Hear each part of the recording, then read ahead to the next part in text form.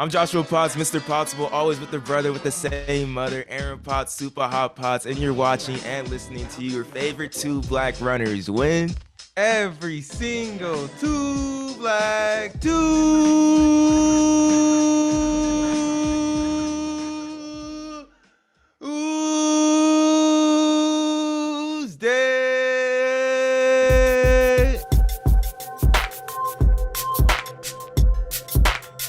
And we got a bonus episode for you. A bonus. Y'all know it's Black History Month, and we're giving you all that black love. But we're also going out to Spokane this Friday, man. Yeah, we busy. We going out to do our interview thing at the Lillac Invitational.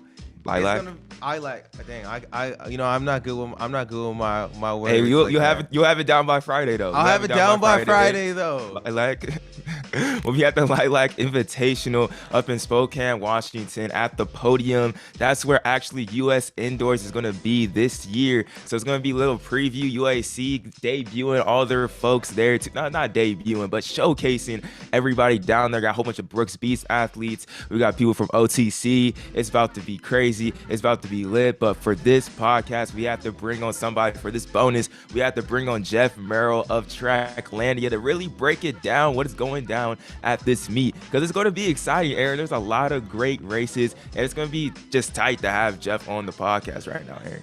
Most definitely. Y'all need to tap into this meet. Tracklandia has been doing so many great things. If y'all saw when we were doing that commentary at Mount Sac, this is again by the same company, Jeff. So happy to have you and honored to have you on the show today. How are you doing?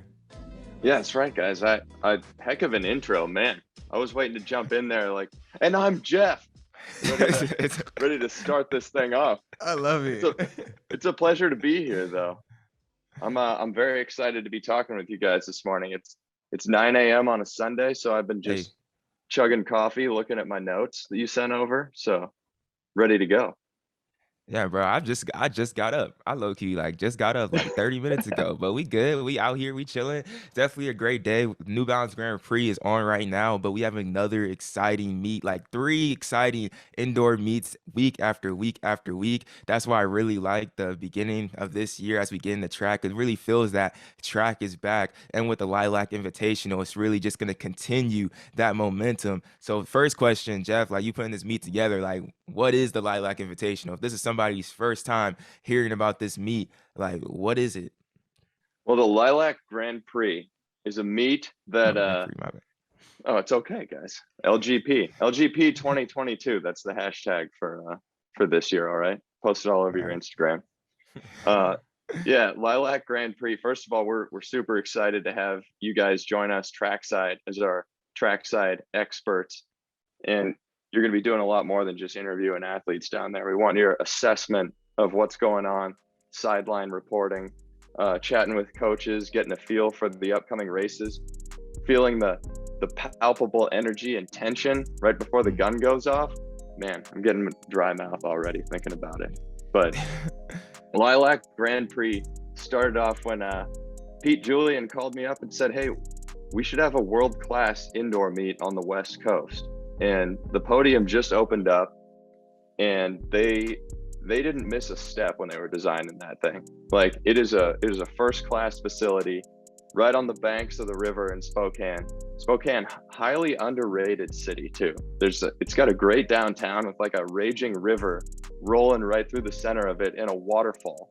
What other city do you know that has a giant waterfall in the middle of downtown? I can't name one. Yeah, I can't name one off the top of my head, but that's why everybody needs to go to Spokane and take a gondola ride over the waterfall there. But back inside the podium, they designed that thing perfectly. I mean, the track is, by all accounts, fast. We know that Michael Williams, the Oregon sprinter, ran 6:48 there, which doesn't say a whole lot for mid-distance and distance running, but it's a speedy flat surface. And then yesterday, some Montana kids ran 3:59 and 7:56 on the track too. So this is going to be the first kind of showcase of the facility from a professional standpoint. But I was texting with Pete last night, and the the UAC athletes are just giddy to get on that track and show what it can do. So they're looking to make some noise and run some fast times. But UAC, actually, back to the original question, which I keep dodging to talk about other things. UAC wanted to put a world-class meet on the West Coast, and now that we have a facility to do so,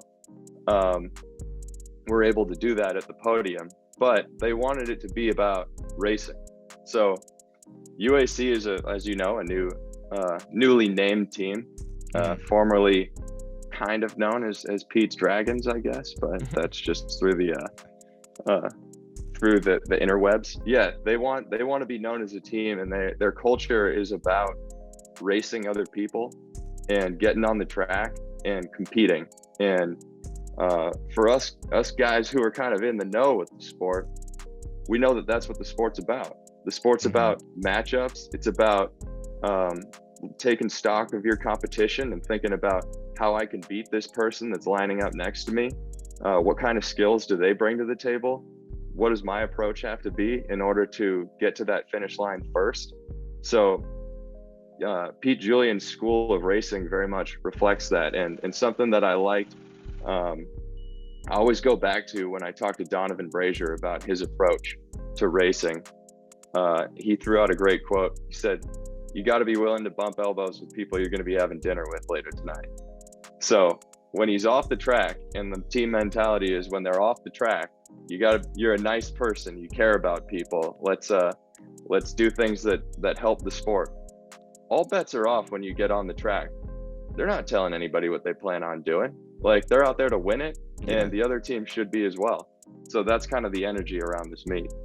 Yeah, I love that too, especially coming out of COVID, where there was, we were living in a time trial era because, well, we're not even coming out of COVID, COVID's still raging, but coming out of the lockdown quarantine times where everyone had to time trial, but you were one of the first people to like find a way to still broadcast these meets to the public.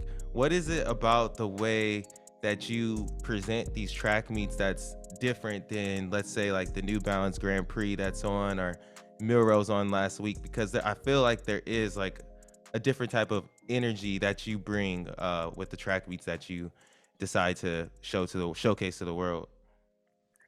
That's something that we focus on a lot. Whenever we put on a track meet, we have to think, what distinguishes this meet from all other meets out there? We want to take a look and make each one as individualized as possible. Each meet has to have its own meaning, its own point of view, and its own reason for existing. Because if it doesn't, it's just another track meet, like lost out there in the ether. But that's why we kind of go with a little theming when we put on our meets, and we try and dig down to what is the essence of this race, and what is the seed of what's happening in this race with the matchups or the surrounding area that it's taking place in, the athletes and their personalities that are competing here. We like to take those and be as authentic as possible to all of those pieces, and then find different ways to create and showcase what those people in those races are about. So we can use a bunch of different mediums to be able to do that. But we find that if we put a lot of work in to make these things exciting in a lot of different ways, then it gets the athletes pumped up to race too. And it makes them feel like, oh, this really matters. I need to take this win here. Like, I need to make some noise and make a statement. And then that gets the fans jacked up. Like, that's what we want to see. We want to see the matchups, and we want to see people doing everything that they can to win a race. That's what the sport's all about. And I guess that's the kind of energy we try to bring each time around. So it started with the hunt, I guess, and the Portland 5000. And we thought, coming off the back of the Diamond League, kicking the 5K out. I mean, they've since like put the 5,000 meter back in the schedule, but this was 2019. So, I mean, I was a young man back then. Like, we wanted to show that, hey, a 5,000 meters on the track can be just as exciting as any other race. And we can do this with just one event. So from then on, we wanted to make each race as special as it could possibly be and look as dramatic and authentic to the athletes racing in it that it could possibly be, and try and make each event that we put on a cult classic, which is a high bar, but Yeah. and we're gonna miss sometimes, but that's what we try to bring each time. We try to bring the energy that it's like, hey, we've got something new up our sleeve, and wait till they see this. And I feel like we walk into a meet, and so do the athletes, thinking like this is going to be a show, and people are going to get excited about this, and we're going to give the people what they want, and that's what we want to do because we love this sport. Yeah. Man, y'all are really getting the behind the scenes of how everything really comes together. And I really love it because when you watch one of your meets, the Tracklandia meets, like it's definitely very distinct of how something on NBC will be produced or any other type of like company. Like I really think that there is a distinct factor to it. But now going back to the Lilac, what do you think? I think you kind of already touched on it, but kind of reiterating if you already did, like what is something that's what's the uniqueness about the Lilac Invitational that makes people need to watch this and be excited for? I think first of all, it starts with the brand new facility, state of the art facility there. I think like we're going to be able to do some cool things because the tech setup inside that facility is amazing. They basically took like the Spokane Arena next door, which is nearly NBA quality, and put all of the specs of that inside this track facility. So it's something that other tracks around the country don't really have that kind of setup. And then like the Spokane sports crew toured the world looking at indoor tracks too, Mhm. and trying to make this as fast as possible and as cued in as possible to heightened performances. So I'm really excited about that. Spokane, highly underrated city. So I feel like when people get out there, they're going to be excited. So we try and take that energy as well, and like of that surrounding culture within Spokane, and infuse that into the meet, which is where it got its name, Lillac Grand Prix. Spokane's the lilac city. So we'll give you each a bouquet of lilac flowers when you show up. Yeah, I But love to hear it. yeah, I'll take those back for Valentine's Day, so I'll need some of Hey. those. right, yeah. Yeah, that's coming up. Yeah, they have a meet or a big road race there called Bloomsday every year in early May, and that gets like 40,000 people running on the streets. So one of the biggest races in the country. But I think, yeah, further than that, what makes this meet special is that Pete Julian's group, the Union Athletics Club, early on committed to it and committed to hosting this thing and bringing in other teams and saying, we're going to have all of our stars racing this meet. Like we're gonna, and that's tough to do because as a meet director, somebody like me, like losing my hair, worrying about like what athletes are going to show up and stuff, to have a team say, hey, we want to throw down and we're going to bring all of our stars, come get us. Like Yeah. that's a huge thing to do. So other teams are stepping up too. Like the Brooks Beasts always do that too. They're a team that's making a lot of noise right now, and historically I've said hasn't gotten a lot of respect, but they got a chip on their shoulder and they want to make some noise every time they step on the track. So when the Brooks Beasts see that the Union Athletics Club is saying, hey, we're bringing all of our top dogs in, they're like, well, shit, so are we. We're bringing all of our guys in too, and we're gonna match up. And the real question, And women. and the thing is too, it's like last year with these type of meets, it was Bowerman being like hooking up with Sound Running, like, hey, we're gonna have this meet, whatever. But it was just so geared towards them. Sometimes it was just a time trial. Sometimes there were people there, but this has a different feeling. Kind of taking a subtle shot, like at Bowerman's way of doing things a little bit. I would Whoa. say. Well, I mean, I wouldn't say that. I wouldn't. Now, Aaron, I wouldn't say that. I would say that what makes this sport amazing and what we need to focus in on a little bit more, I think, is the different identities of each of the teams and how they do things. So like the Red Lightning Express of the Bowerman Track Club, they like to roll out that pace train and just knock people off like as they go. They're like, hey, jump on board and try and stop us. So they've got their style of doing things. Jerry Schumacher has a different way of doing things than Pete Julian to get to that overall prize. So that I feel like developing those types of cultures around each team and knowing what those different identities are, then we can set them against each other on the track too. And we can start talking about them what works best in that specific way. Yeah, what works best. And just like Bill Belichick has a different system than Sean McVay or whoever like in the NFL. And it's like, well, who's going to win this thing? Like, who's going to take this? And Danny Mackey has a different approach than Pete Julian. And I think like up until recently, we've seen these like running clubs and training groups seen as just that. But now in like the social media era and like everybody's got like YouTube channels and things like that, and that elevate the presence of those teams. So these groups in the sport are becoming full-on professional teams, and they have their own culture and identity.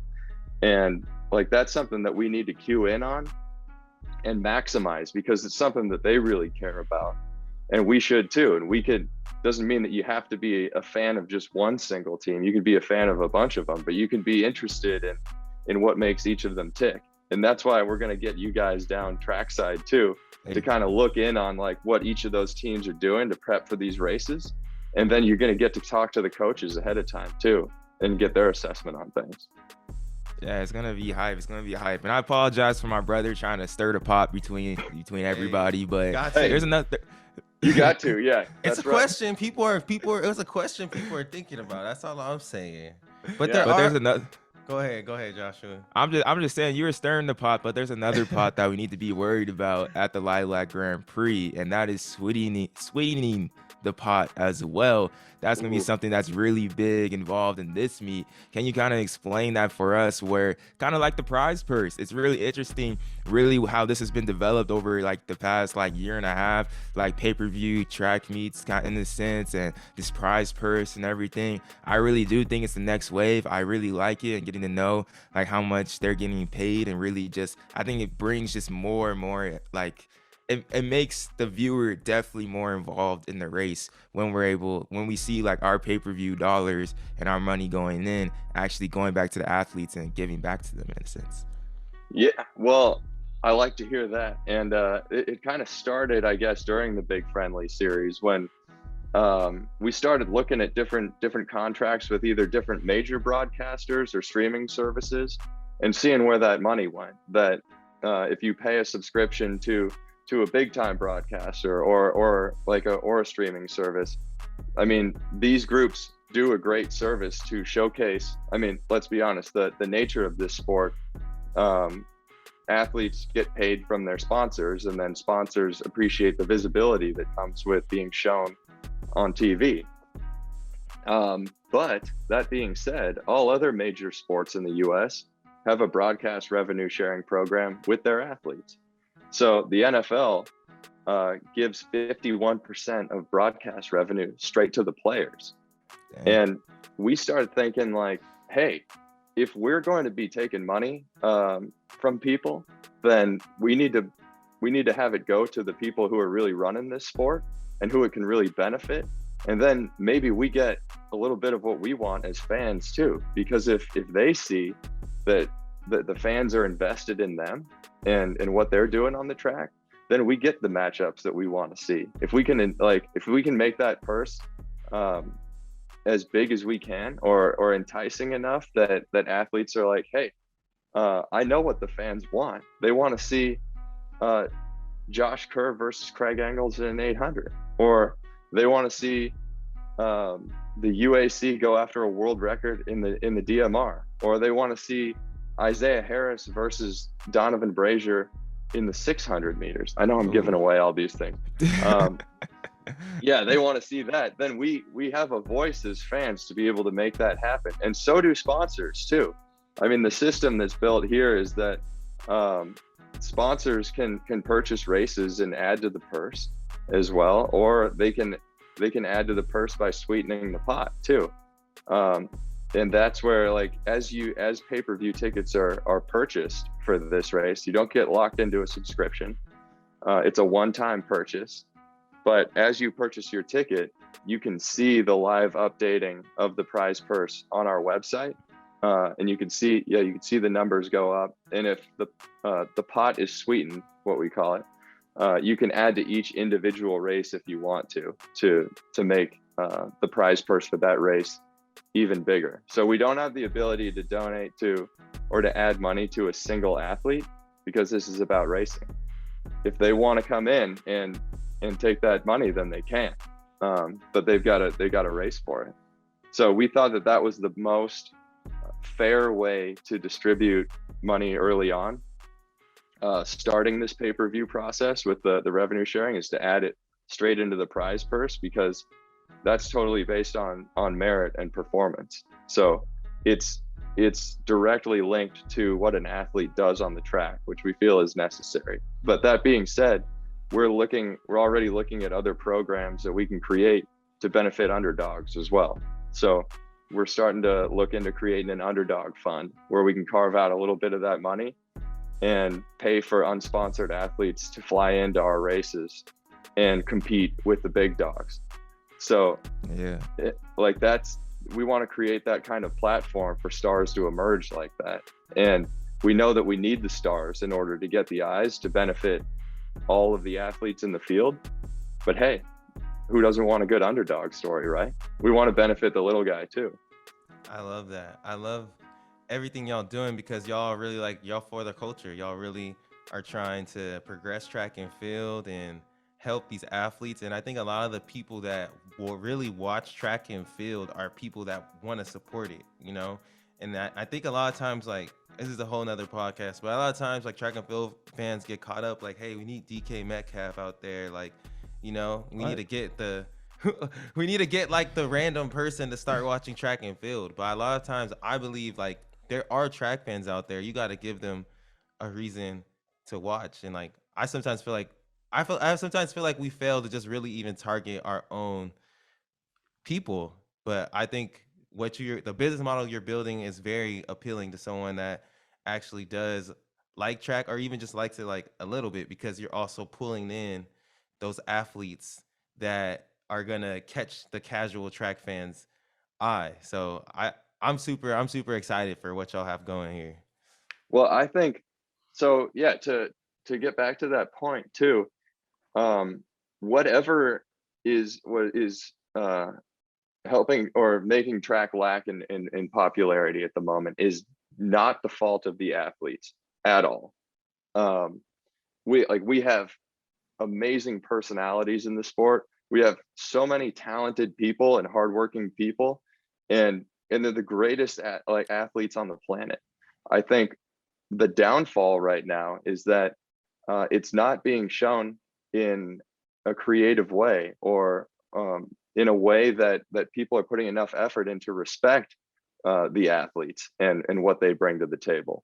So it's our fault. I'm taking full responsibility for that, and we need to prove that we are capable enough to showcase these amazing athletes. So something that I always tell athletes, and I want to make known to anybody who comes to our meets, is what you need to do is be the truest version of yourself that you could possibly be, and then execute your race to the best of your ability.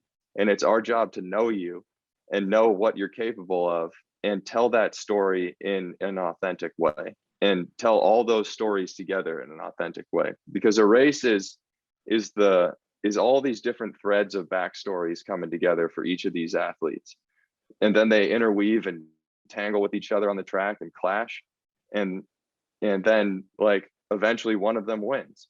But that doesn't discount any of the other stories in the race. There are so many, and I want people to see that when you watch a race, if you take one of those threads out, the entire landscape of the race changes.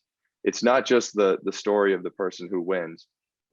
Somebody may have clipped that person's heel in the race that changed the whole thing. So if you take that one person out, it's kind of like the butterfly effect, I guess.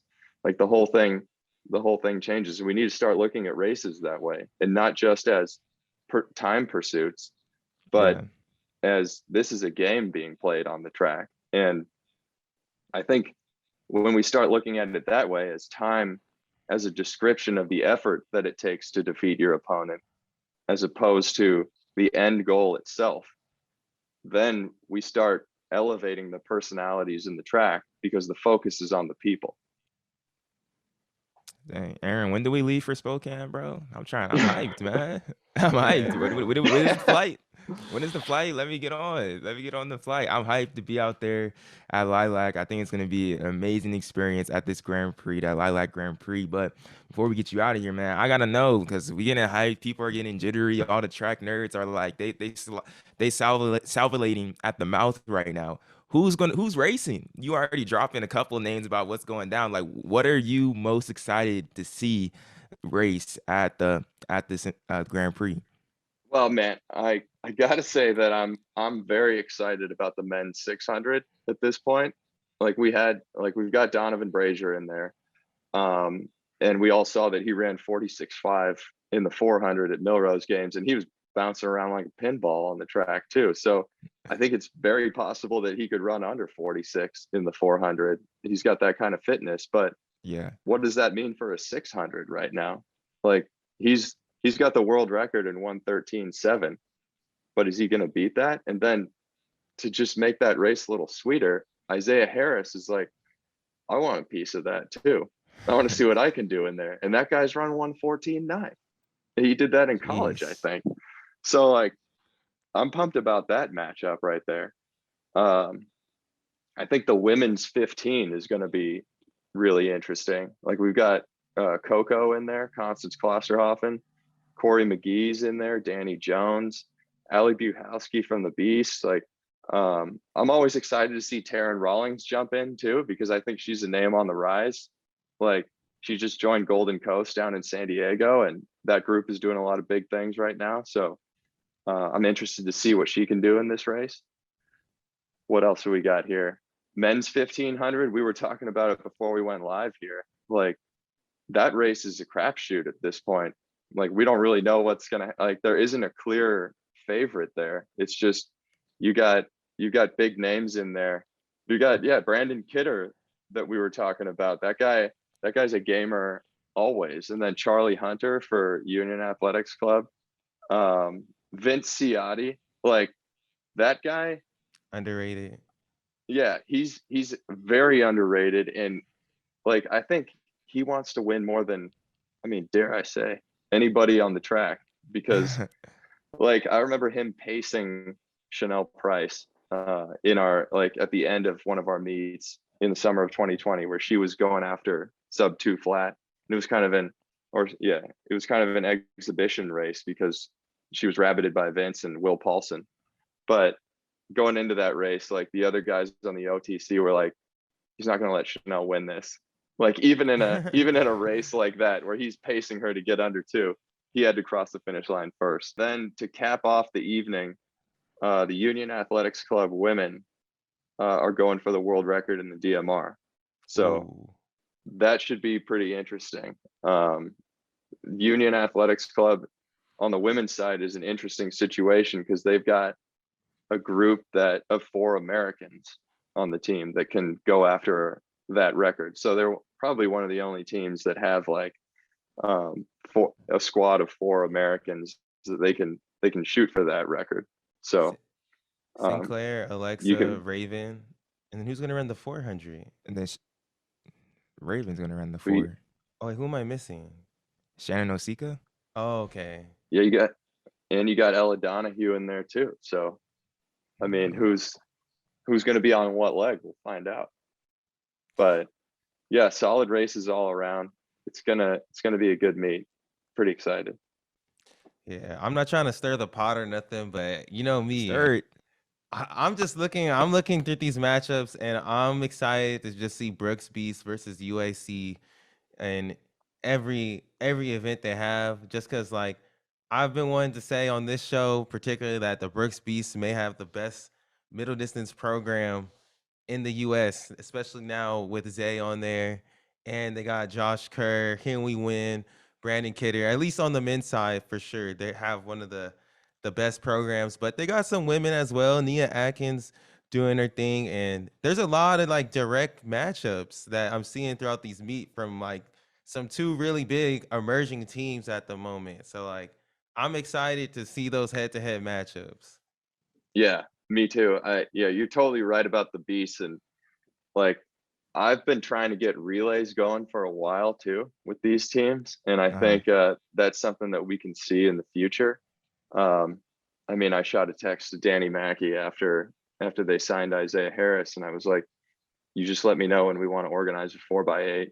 And then we got a lot of interest from like District Track Club out in DC, Yeah. and even Fast 8 down in Australia too. And they were like, "Hey, we want to jump on this as well." So I think there are a lot of like the OTC could put together a great 4x8 too.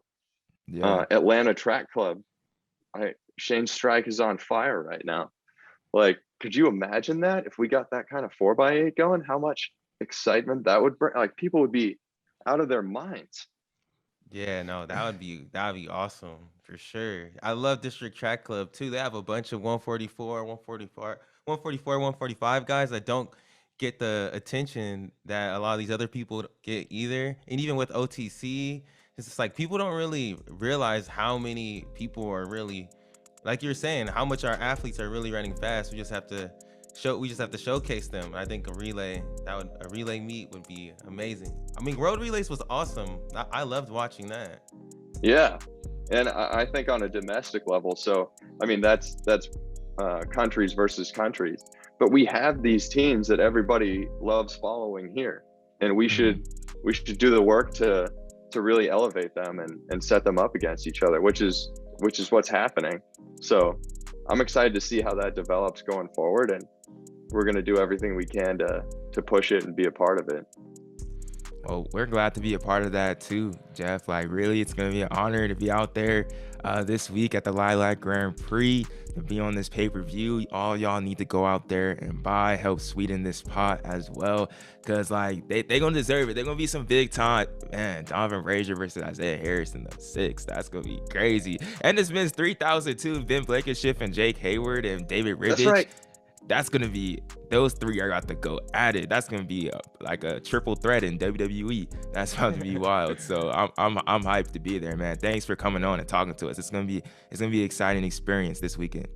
Yeah, I mean, well, yeah, I neglected to say the men's 3K, and I've heard that those, like, there's some rumblings that they want to go fast, and Ribich is excited.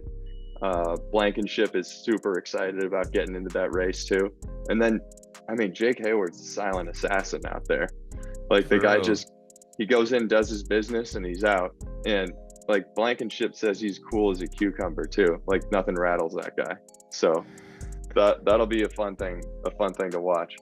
But yeah, I'm pumped about having you guys up there too. We're gonna have a good time. I can't wait to hear your analysis, Trackside, talking to different people down there and getting a feel for things. I mean, smelling all the icy hot down there. Tiger Bomb. Yeah, Tiger Bomb. Shannon Robery is going to be there too in the booth with me. So we'll be going back and forth chatting with you guys. It's going to be a good time. For sure. Appreciate you coming on. I'll be studying all week, getting ready for this, and happy to be joined by Shannon Robery too, Bay Area legend. That'll be 1,500 meter legend as well. That would be pretty cool. That's right. Yeah, she's excited to get up there. Who doesn't love Spokane? I mean, it's a great town. Lots of great breweries there as well. So we'll have to toast some afterwards. Yeah, but appreciate you, Jeff, for coming on. Thanks to everybody listening to this Two Black Runners bonus episode. See y'all at the Lillac Grand Prix this Friday. Let's get it.